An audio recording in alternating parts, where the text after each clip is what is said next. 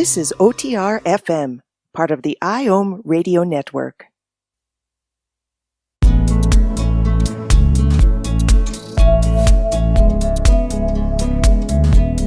Welcome to the No BS Spiritual Book Club's live streaming interview series, where leading new thought teachers, speakers, and authors share the intimate stories behind the 10 best spiritual books that inspired them the most on their spiritual journey. From well-known classics to hidden gems you might never have heard of, the No BS Spiritual Book Club saves you time and money by sharing reliable recommendations from those who've walked the path before you.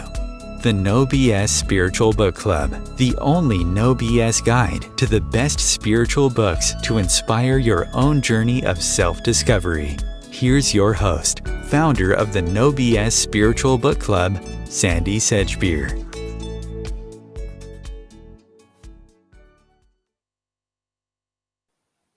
Hello and welcome. Joining me today to share the stories behind his 10 best spiritual books is meditation teacher, author, interviewer, and charity founder Feroze Dada.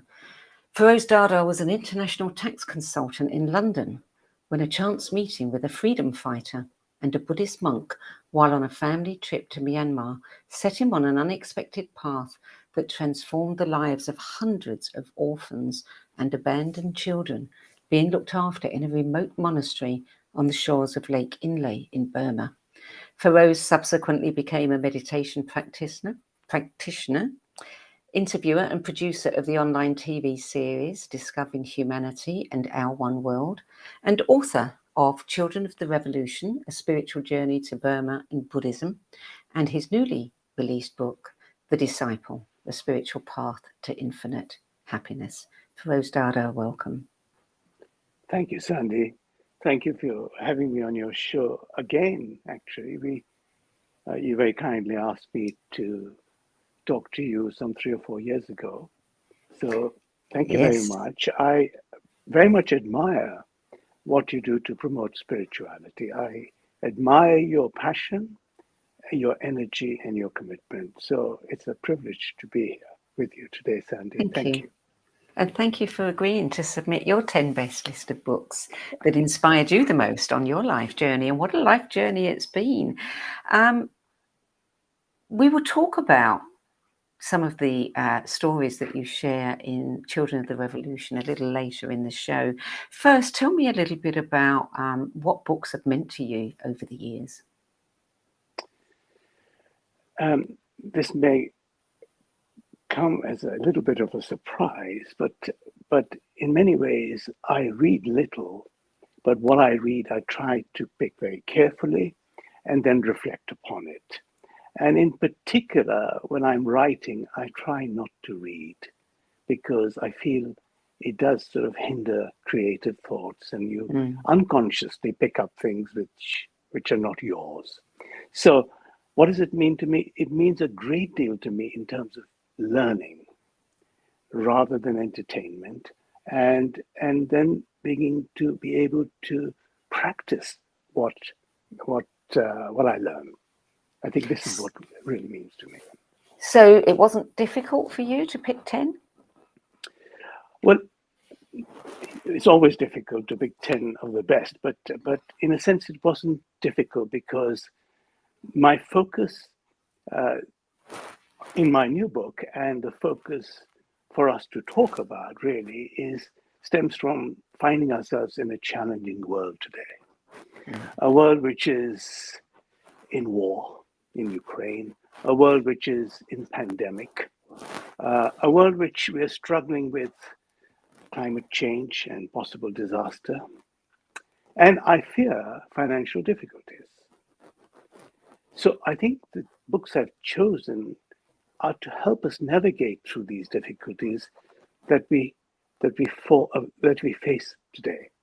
So in a sense, it wasn't difficult because they're directed exactly to where we are today in this challenging time, as I hope we will see as we begin to talk.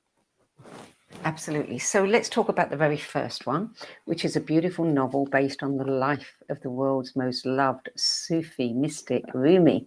And the book is The Way of Love by Nigel Watts. And I think it was published in 1999. um, you have more knowledge about books than I do, but I suspect this particular book about Rumi might have been at that time, but there have been many books about Rumi and his life. But what I really wanted to, of course, for those of us who don't know Rumi is, forgive me, and I'll just say he was a 13th century Sufi mystic. And central to the book is really how he meets his teacher, Shams of Tabriz, and how the teacher then changes him, from becoming an intellectual and a community leader into probably one of the great mystics and poets of all time. And the main point about the book, I feel, is the adage, when the student is ready, the master will appear. When the student is ready, the master will appear. What does it mean? You know, when I was a teenager, I read about this encounter that Rumi had with Shams, and it was like an electrical charge, a vibration, and suddenly they knew that they were going to work together within seconds.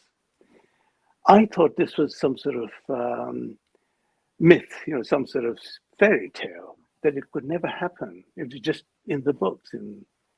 But the truth of the matter is that this is how the student meets the teacher. And Sandy, if you were to ask me, what does it mean? What does it really mean? It really means that the master picks up the vibrations of a student who is ready to go on the path. It is not a mind thing. It's not like somebody sending you an email saying, I want to be your student. It is more the master picking up the vibrations at a soul level from the student, and the student giving that feeling of seeking into the universe. And that's how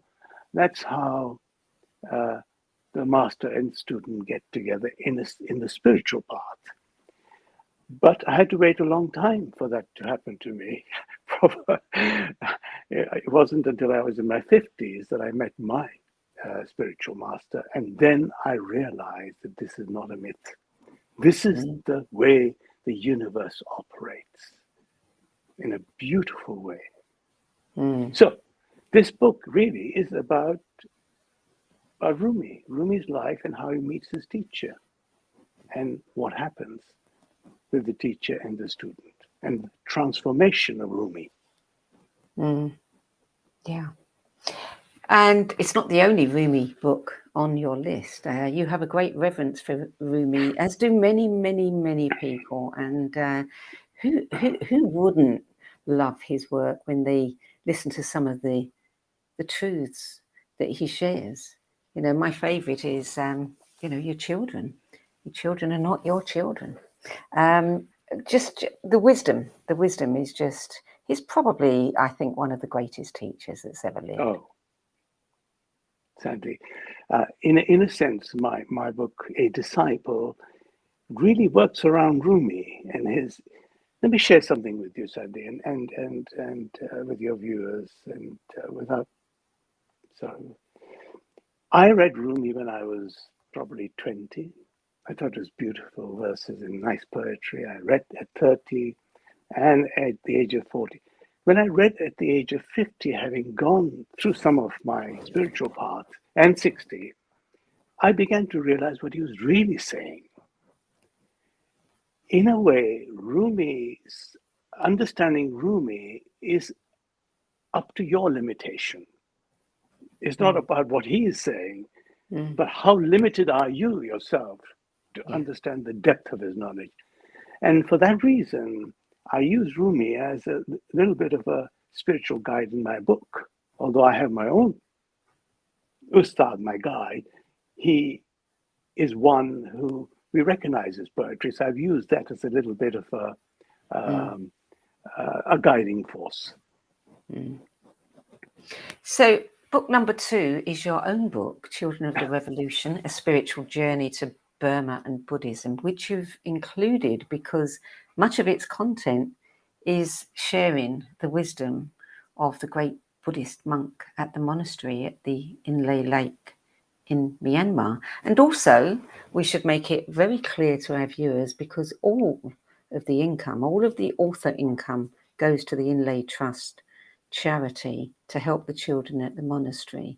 Yeah. Tell us a little bit about this book, a little bit about that experience, and the wonderful work the Inlay Trust is doing, looking after these orphans and disenfranchised children. Thank you. Thank you for the opportunity. I never miss a chance, because because it means giving it the profile and bringing in the donations and so on. And the biggest gift, of course, was His Holiness the Dalai Lama agreeing to endorse the book. And it was a game changer. It was really a game changer. The amount of influence and the amount of doors that opened is unbelievable. But let me tell you a little bit about the book, if the experience and why it's such an important experience. I met my spiritual master in 2010, and he initiated and became my teacher. And the very next day, I was flying off to Burma. And on this holiday it's a family holiday, because my wife, Mumu, comes from Burma, but it was the first time we were going as a family. We were on a lake, and a beautiful lake in Inlay Lake, which is surrounded by mountains, the Shan Hills. And on a beautiful sunny day, suddenly the weather changed. There was a thunderstorm, lightning, and so we had to take refuge onto the island. And of course, where do you take refuge in Burma but a monastery? And there, standing on the door, was this monk. And I remember, I can never forget this man, tall man, saffron robe. He stood there, and I was thrown off, literally, physically, by his energy and his personality. And I realized, oh my goodness, what is this man? Anyway, he took us into the monastery, and as the rain and the clouds passed, he said, "Let me show you around." And what he showed us in the monastery was 300-400 orphaned and abandoned children. But what I immediately noticed, that although they had nothing, literally the poorest of the poor, they were so happy. They were just exuding happiness, And that moment, I realized something was happening at this place. And my wife and I committed at that moment that we would help the monastery to become self-sufficient. So the story is in the book, but I can say that over the last 12 years, we've had 12 projects, including a water factory, a farm for growing cereals and food, clinic, dental clinic, educational establishment, and we have 1,200 children there. So even in this time, again, of war in Burma, the monastery is like a shining star. And but, of course, all these things, you don't realize, but you gain more than you give. One doesn't realize that at that time. And what the monk did for me was he taught me meditation. Not in the ordinary sense, but over the 12 years, every moment, he said, I think he felt he had to repay me in that sense. And so he would persist, he would teach me meditation. And that really changed my path, really. The book is very exciting. I mean, you're in the midst of the revolutionary wars, and these children, many of them are orphans or have been abandoned because of those wars. And you've got help from some surprising places and people. And so there's a lot of drama in the book and a lot of excitement. It could be a novel. It could be a movie. Yeah. See, the drama here was many extraordinary things happened. And Sandy, you'd understand because, well, you'd understand. It was like wishing for something to happen and it would happen. But not only would it happen, but it would be twice as good as you wanted. Let me give you an example. I remember, and this is just one of many. I remember we set up the medical clinic for the children because children were ill, from ringworm and all these little things and difficulties. And I remember we built a clinic, but we didn't have a doctor. Now, this is a very remote part of Burma. So I remember going from the building, taking a boat to catch at the airport. So as I was sitting in the boat, I said, "Oh, I wish we had a doctor." So I lined up at the airport, which is a small airport, a Heho airport, where you stand outside and the planes come and get you. You can literally walk on any plane. And suddenly I see this lady walking towards me. And she says, "Oh, what are you doing?" and so on and so forth. And I asked her name, and she said, now I'm sure she won't mind my repeating this. She said, "My name is Dr. Jane Dunbar." And I looked at her and said, "My God, I've been waiting for you," I said.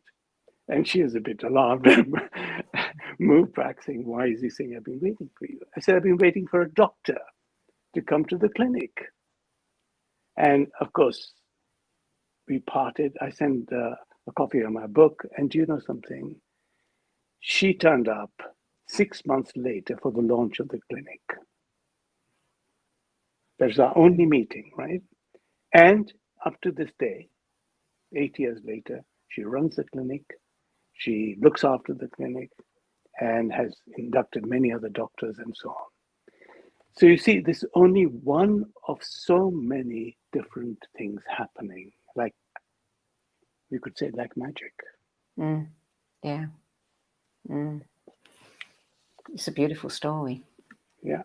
And all true. Book number 3, The Art of Living. William Hart. Tell us about this book.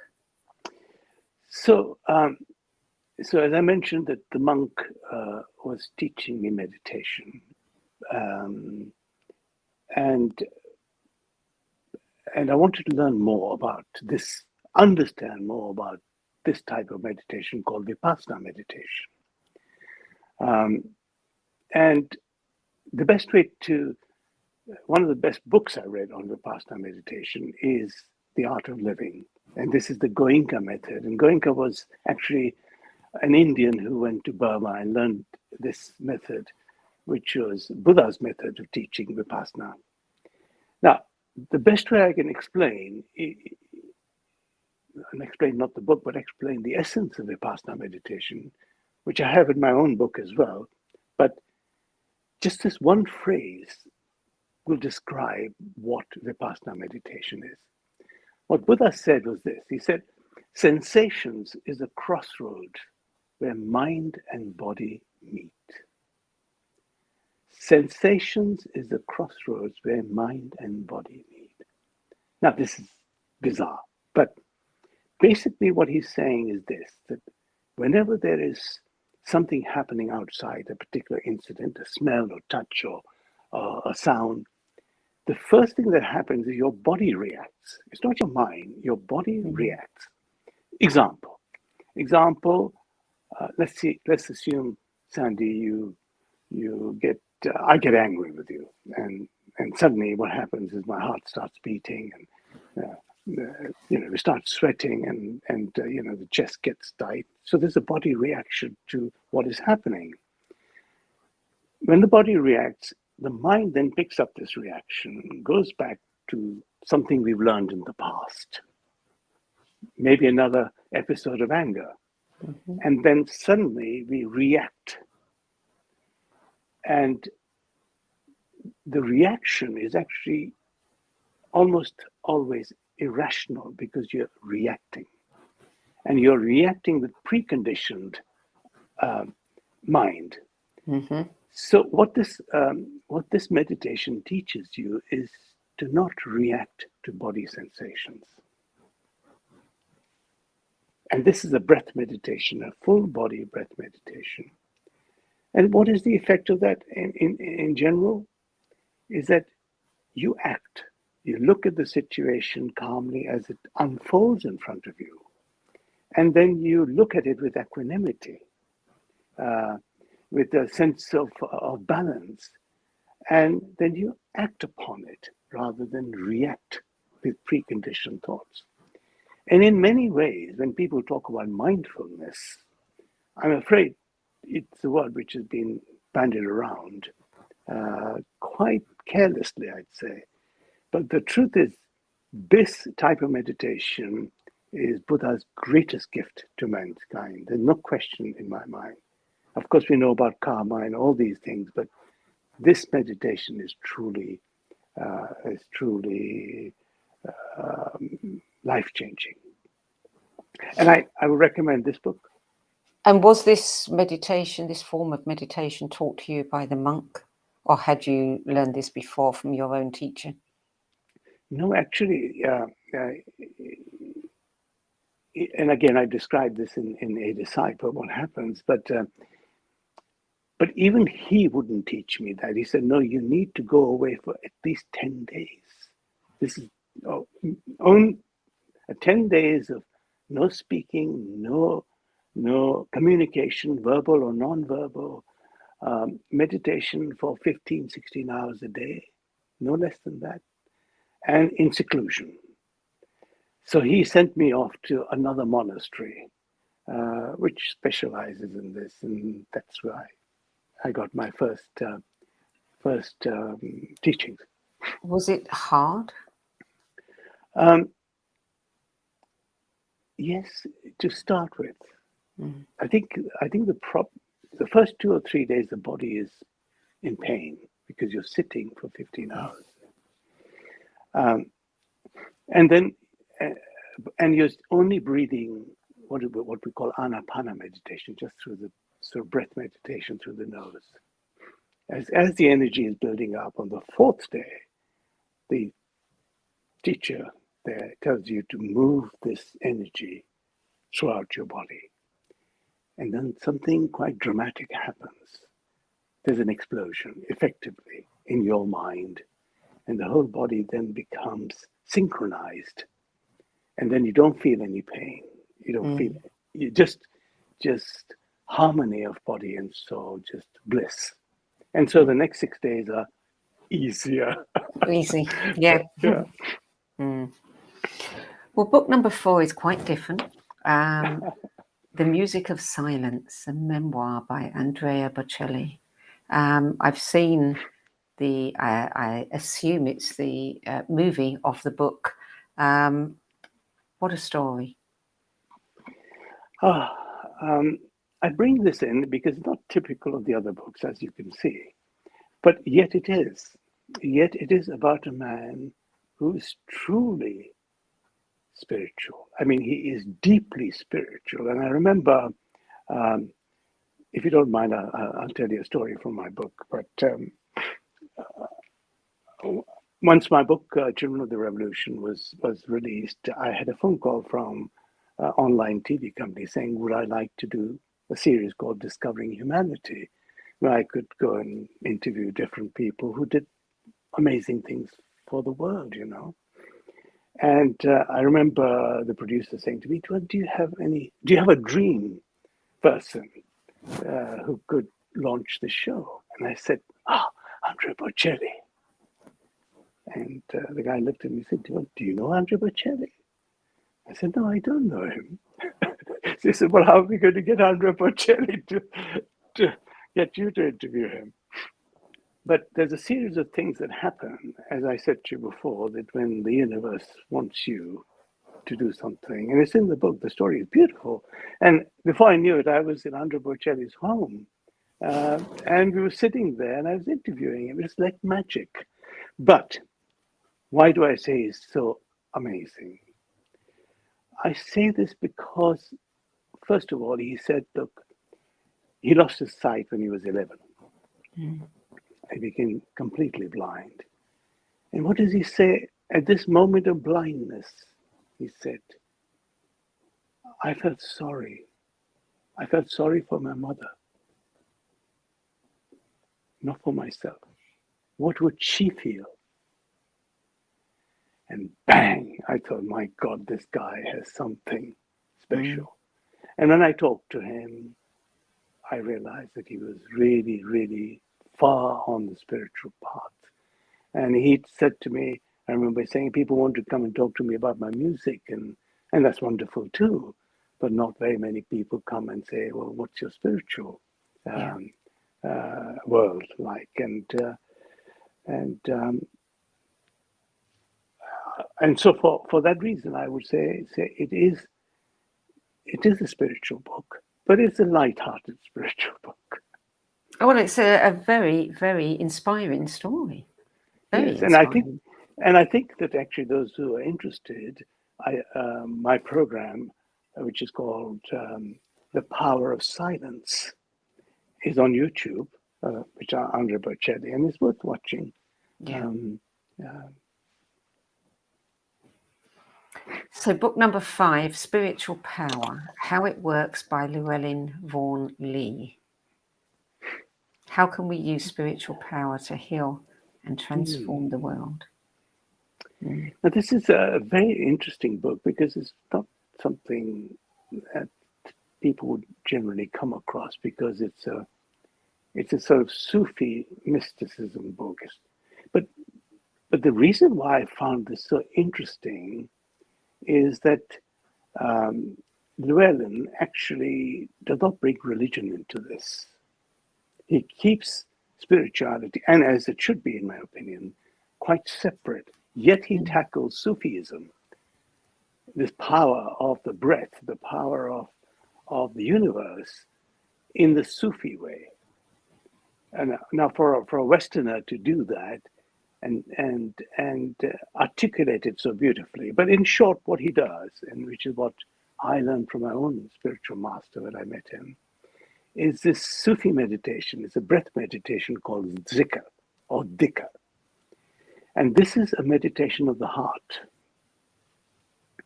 What do I mean by meditation of the heart? You see, in Sufi mystical practice, unlike Buddhist meditation, which is a meditation of the senses, smell, touch, mind, cognition, the Sufi meditation is a meditation of the heart.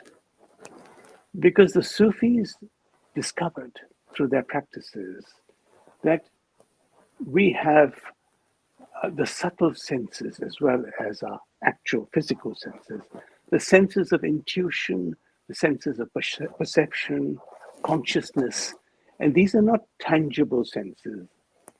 To give you an example, I mean, a lot of us get a glimpse of that in our lifetimes. And, you know, one day you're sitting and say, oh, Sandy was just going to call me, and bring the telephone rings. Or I'm sitting with Sandy, I can see what she's thinking. I mean, we get glimpses of this sixth, seventh sense, if you like. And this Sufi meditation refines these senses, these chakras that are in our body, called Latifa.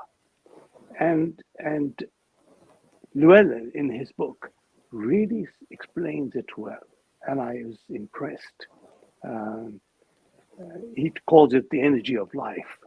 I read something from him. He said, with every breath, the energy of life flows from the inner to the outer, and our consciousness directs its flow.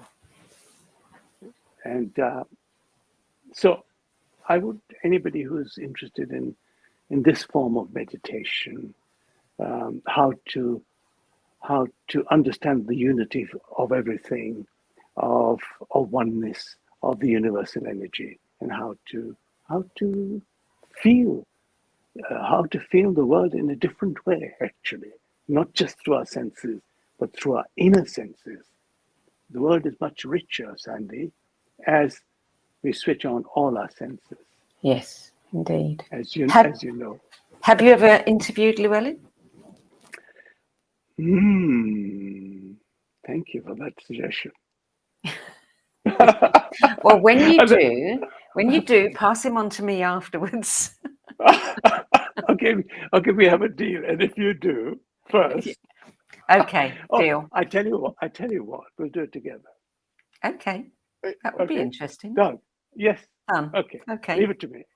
Okay. All right. So, book number 6, The Last Barrier, a true story of a journey into ultimate reality by Richard Field. Now, I also found that there's a copy of this with another title, which is The Last Barrier, a journey into the world of Sufi teaching. I think when they publish books, sometimes each individual publisher does a different type of cover and so on. But I think intrinsically there's the same book. Again, he goes into Rumi, and this is a wonderful story. I think it's a true story of this man called Richard Field, who meets antique dealer in London, I think Bond Street or somewhere, and he realizes that this man is a spiritual teacher.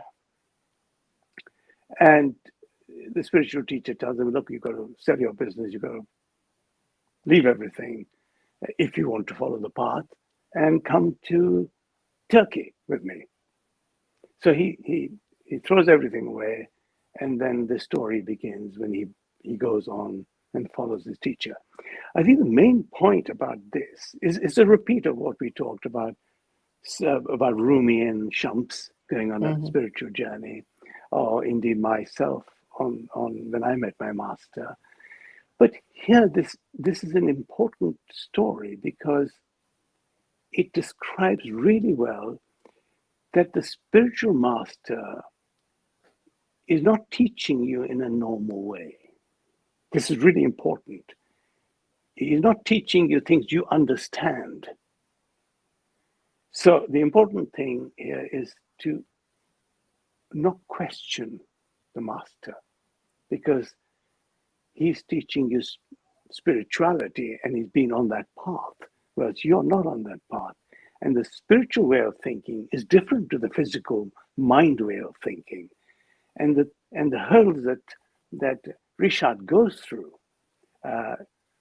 to rationalize and not rationalize, if you like, his master's teachings and his requests and his really odd things he does and says.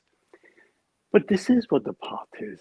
And I remember when I met my teacher the first time, the first thing he said to me is, Feroz, throw away those books. Stop going to these lectures.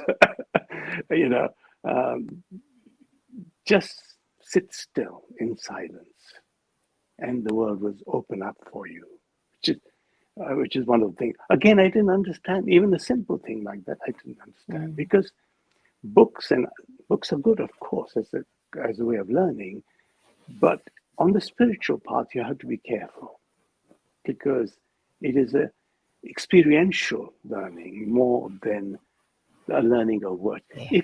If the words can guide you and inspire you, as I say in my own book, I say, look, my job is to just share my journey, but I want you just to be inspired to do your own. What I experience, you may not experience. You will experience something that you need to experience on the path. So I think this book was very interesting, very good reading, and I'd recommend it. It's a beautiful journey and written so well.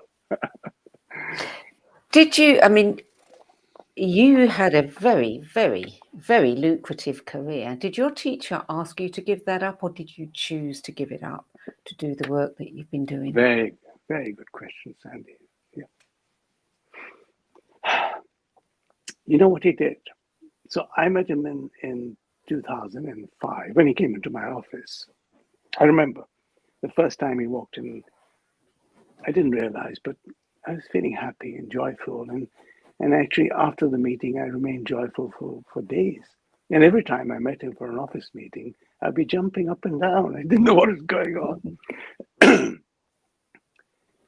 Then I asked him, I said, Ustad, I didn't know what he did. He's a client of mine, and I looked after his business affairs. And I said, "What do you do?" He said, I'm a spiritual teacher." So I said to him, "Please, can you take me on? I've been looking to discover myself." And he said, "No, you're not ready yet. You're not ready yet." Anyway, he used the word "yet," so that was good. And I asked for the next 5 years. I asked him, and of course, by that time I was ready to give up.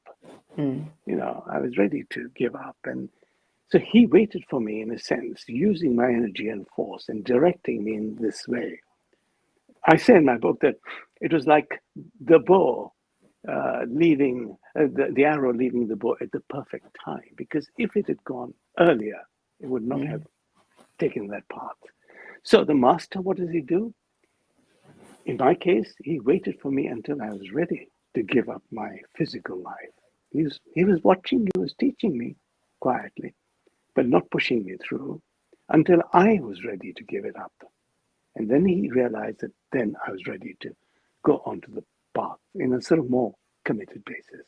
Is that when he initiated you? Yes. And so 5 years later, in 2010, initiation is simply a short meditation. And just for those, I can tell you in retrospect what happens in this initiation.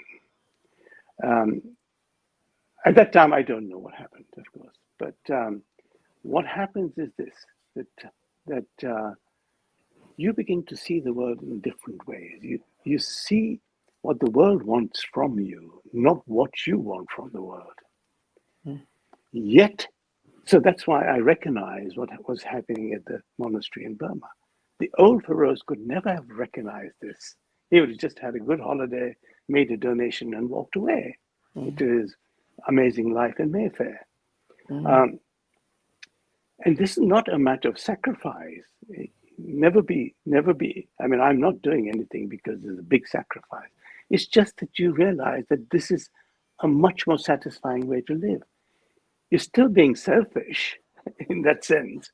You're doing it because you want to do it, except that what you want to do is something else.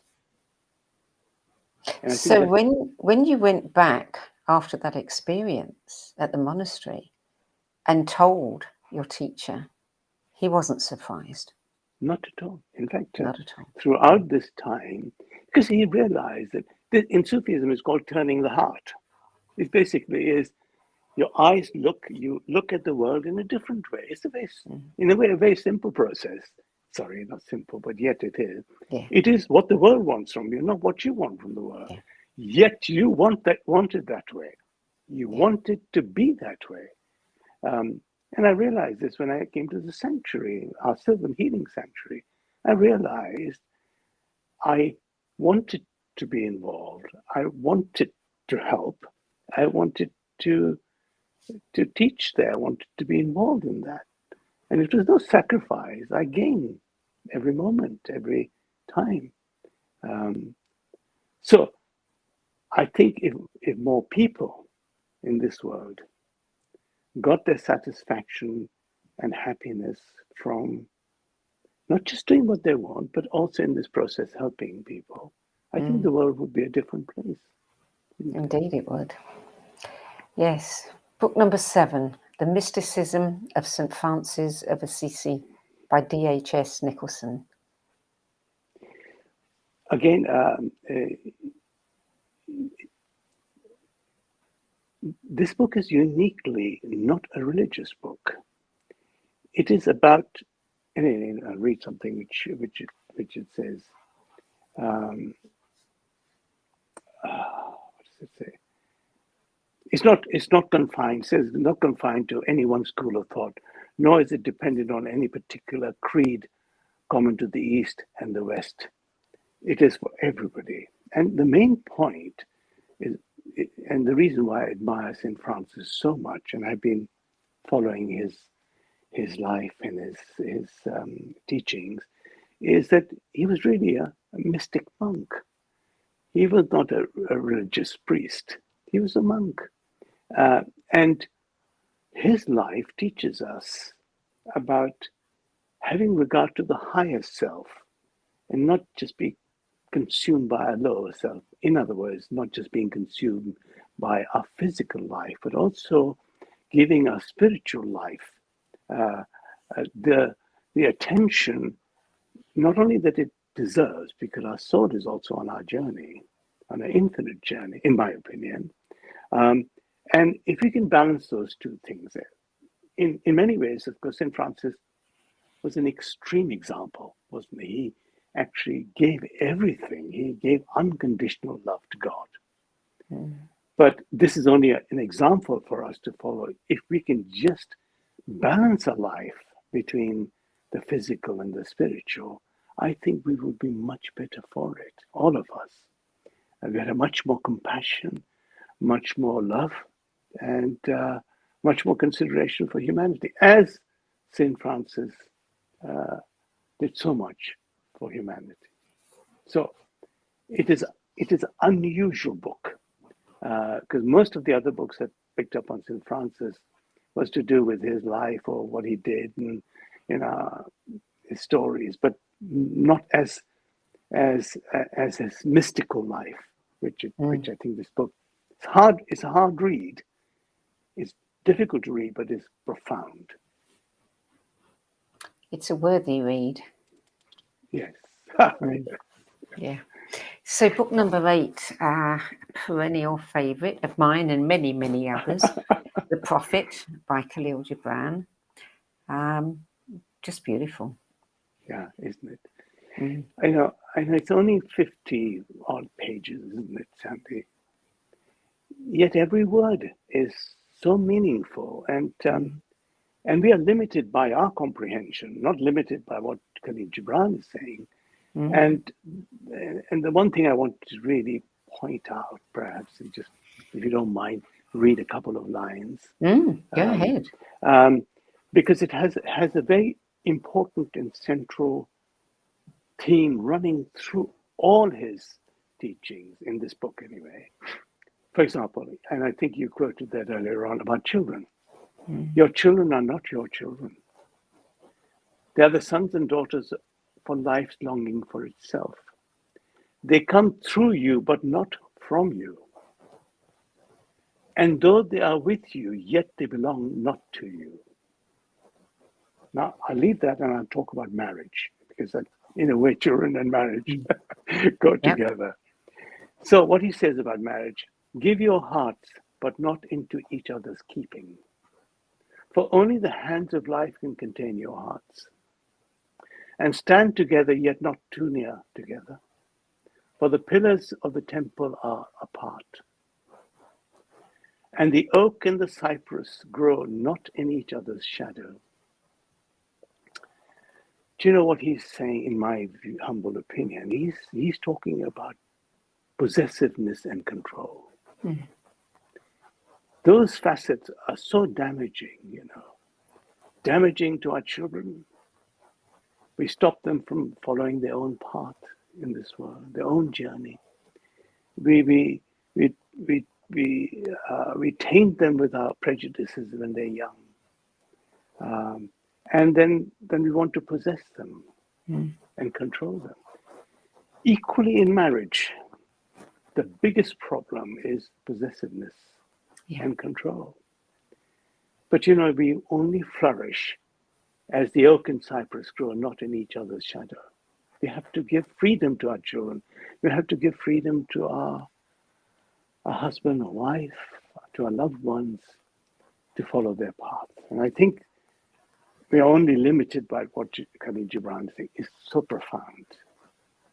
And I would say I was going to say, I would add to that we could take it one step further, and we should give that kind of freedom to everybody to live their own path.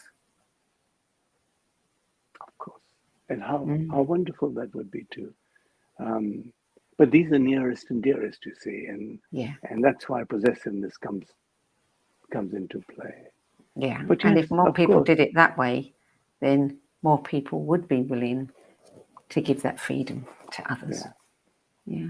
So I would say to people, just read one page at a time. They're 52 pages or something one day.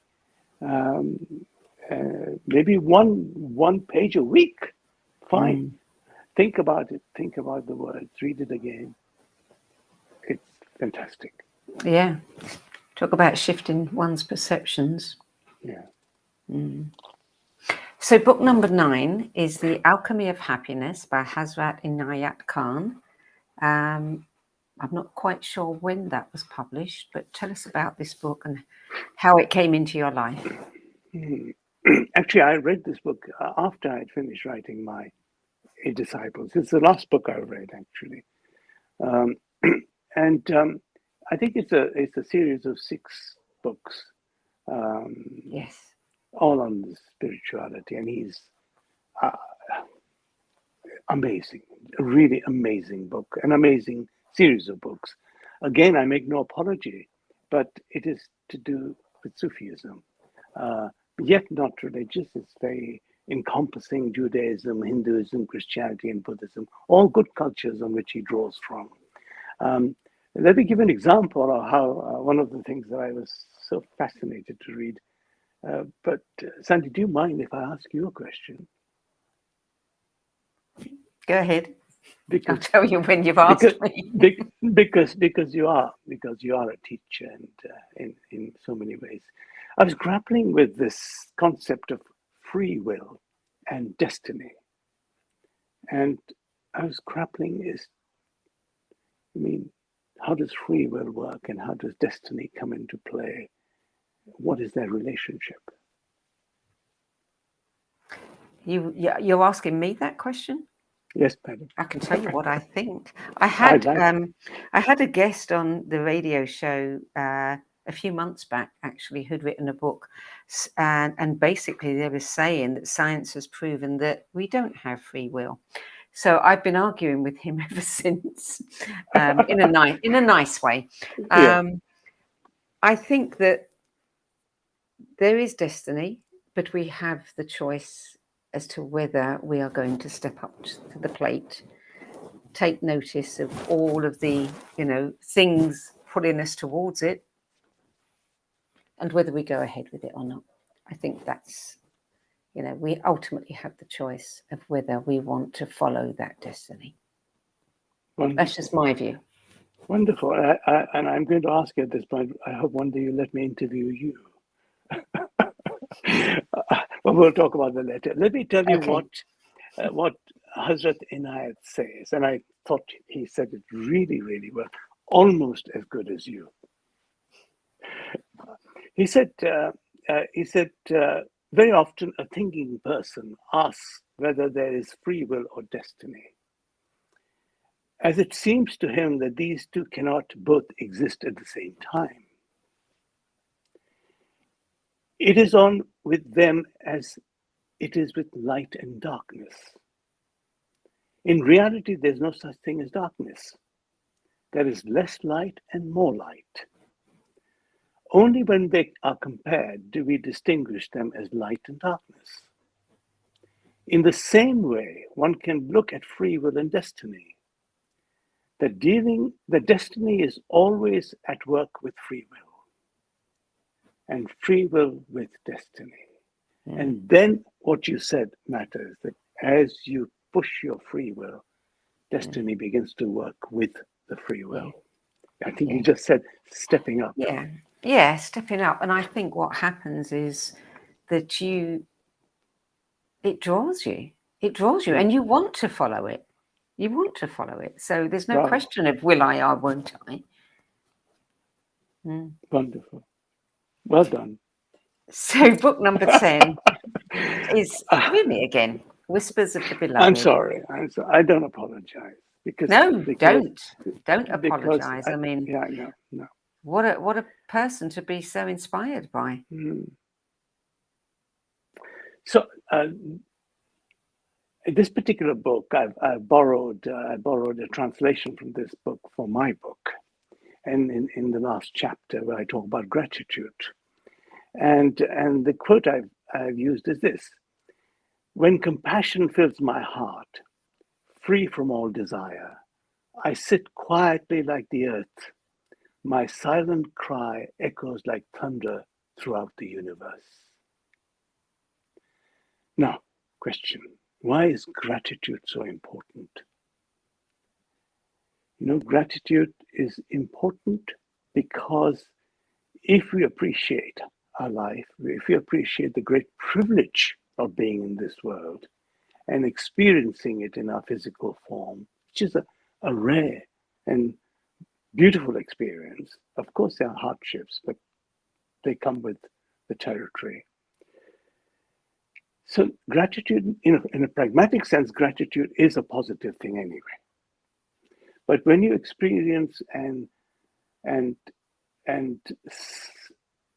acknowledge the grace in meditation, particularly, which is what Rumi is talking about, compassion fills my heart, free from all desire. I sit quietly like the earth. My silent cry echoes like thunder throughout the universe. So when we acknowledge this gratitude, we are filled with love and compassion ourselves, because that is the way it works. And when you are filled with love and compassion, then everything that you do is tainted with love and compassion. You see, people say you should change people from the outside. Oh, I'll get this person to do things this way. But this is not the answer. The answer is that you have to be inspired from the inside, so that everything that you do is tainted by this love and compassion. And how wonderful this life would be, and this earth, if we all sat for meditation, spent a bit of time going inwards and feeling this love and compassion. So I say gratitude is so important. Yeah, that's very true. Let me ask you about the monastery. The children, you've been around that, been involved for many years now. You've seen some of those children grow up.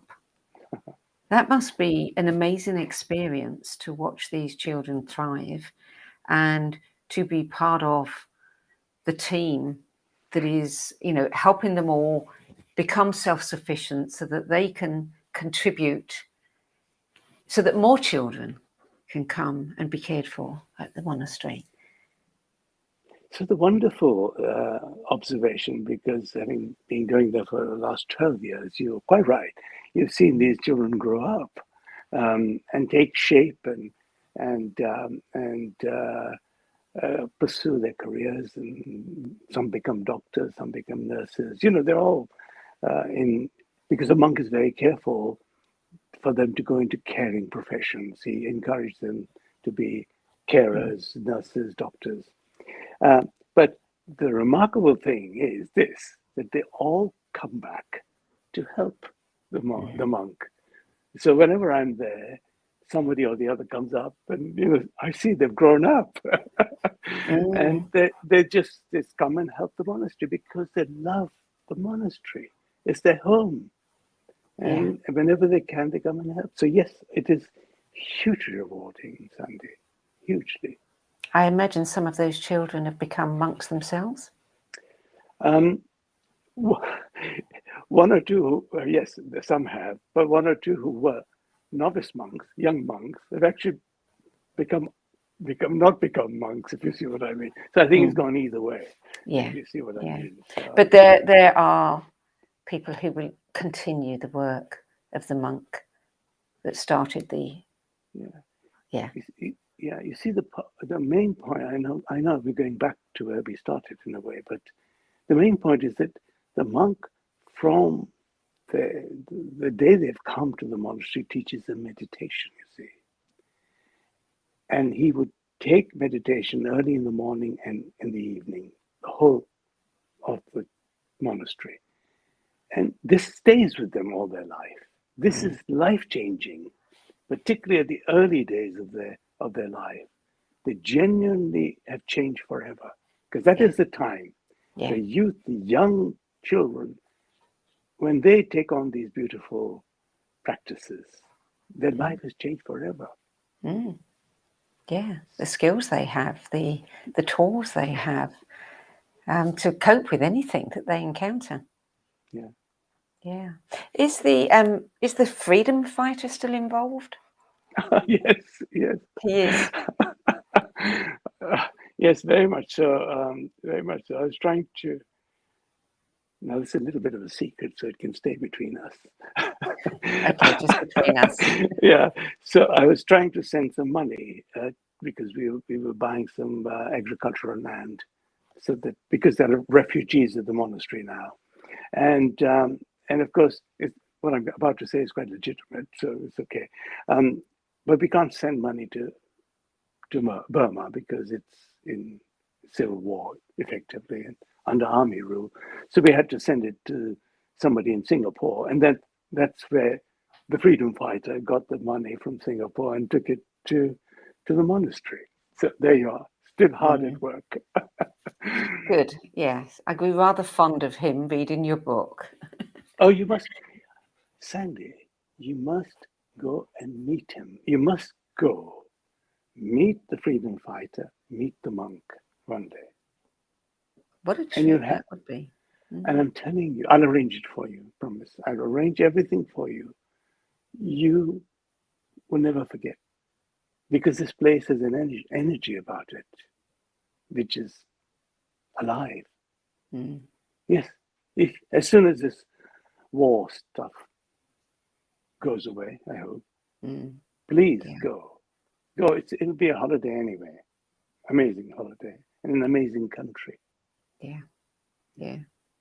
So how many children are there now? There are 1,200 children. So you've doubled the number of children, or more than double, since you first discovered it? Three times. 3 times. Wow. Yeah. I'm not responsible for those children, but... No, but you've helped. You've helped bring together many people who are engaged now and supporting it. So you also teach and promote meditation at the Sylvan Healing Sanctuary in North London. Tell us a little bit about the sanctuary. Yeah, it's strange that 12 years ago I went to the monastery in Burma, and it became my home in a sense, with so many children. Equally, some 4 or 5 years ago, when I entered the sanctuary, and there's a story again in the book is what happens. I felt as soon as I entered, I felt that was also my spiritual home. Mm-hmm. The healers, they do wonderful healing, and when I walked in, they opened every door for me. I was so privileged. They shared with me everything that I needed to know or wanted to know, and more. And particularly in the book again, particularly Craig, who's the person who was a leading light, and Cheryl also, and others, actually showed me a way that one could connect with spirit and your spirit guides, and how those that type of meditation helped me move along my spiritual path. It's a beautiful part of that journey, continuing from one place to another, and I love to go there. I love to be able to teach more meditation now that we'll be opening again. And I would say to people, please come, get in touch at the Sylvan Healing Sanctuary in London. We're happy to help you.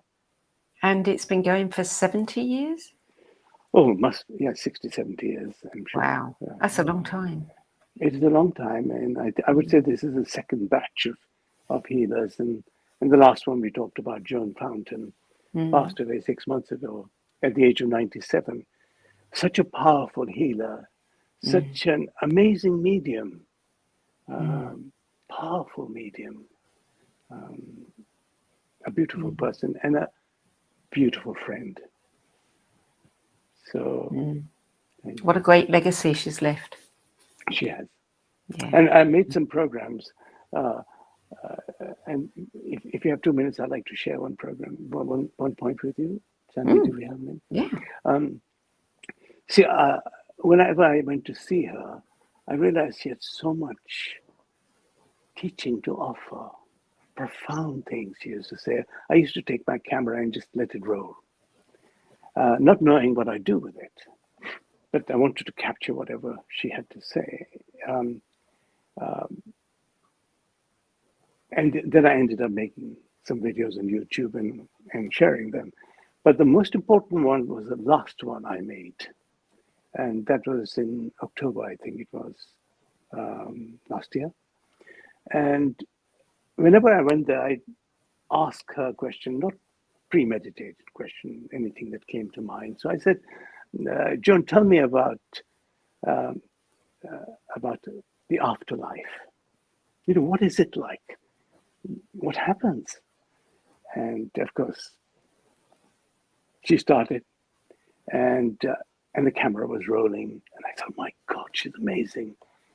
And suddenly, she described this, how beautiful it is to pass over, and how she wished people knew what it was like, because they would never fear death if they realize how beautiful it is. And suddenly her demeanor changed, as though she was there already. Okay, and she was describing the journey. Now it's on the video on YouTube. And then I realized that she was already on a journey. 2 weeks later, she passes away. But I knew that I would not see her again, because she was already on that journey, and she was describing her journey. And she was leaving a final gift, if you like, of her knowledge. And her knowledge saying, do not fear death.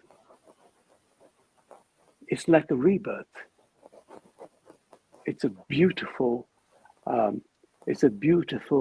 happening. So before we close, tell us about your latest book, The Disciple, The Spiritual Path to Infinite Happiness. May I show this? You may. And the sale proceeds, all the income goes to the Sylvan Healing Sanctuary. Please buy it. And not only it is a beautiful summary of all the things that I've learned from my ustad, from my monk in Burma, from Joan, our healer and medium at Sylvan Healing Sanctuary, but also there are practical exercises on meditation and mindfulness, both Buddhist meditation and Sufi meditation. So it's a lovely book. It's a DIY book as well. It's a beautiful story. And I think my publisher said something. He said that, and of course the subtitle, really important. It says, A Disciple, the Spiritual Path to Infinite Happiness. Okay. So my publisher wrote an article saying that, look, for £10, if you can get infinite happiness, is money well spent. But even if you don't, it goes to charity. Yeah. So it's a win-win. Win-win. Absolutely. Feroze Dada, thank you so much for adding your 10 best spiritual books to the No BS Spiritual Book Club's library of recommendations. It's been a delight to speak with you. Thank you for having me, Sandy. Thank you. My pleasure. So Feroze's books, Children of the Revolution and The Disciple, they're available at all good bookstores and online as well. For more information about the Inlay Trust charity, visit the website inletrust.org.uk. And if you want to learn about the Sylvan Healing Sanctuary in London, you can visit Sylvan, Sylvan, healing.org. Before we close, A few words about the spiritual book market, which, as we all know, is becoming increasingly crowded, and that's a wonderful thing. It's so good to know that spirituality is going mainstream, but it also means that it's becoming ever more challenging to sort the wheat from the chaff, which is why we launched the No BS Spiritual Book Club. So we could provide you with trusted recommendations from authors, teachers, speakers, and others who have walked this path before you. So you can check out our free 10 Best Spiritual Books archive, the nobsspiritualbookclub.com, where you can also view previous episodes of this interview series and add your name to our Save My Space list to get last-minute reminders of upcoming episodes.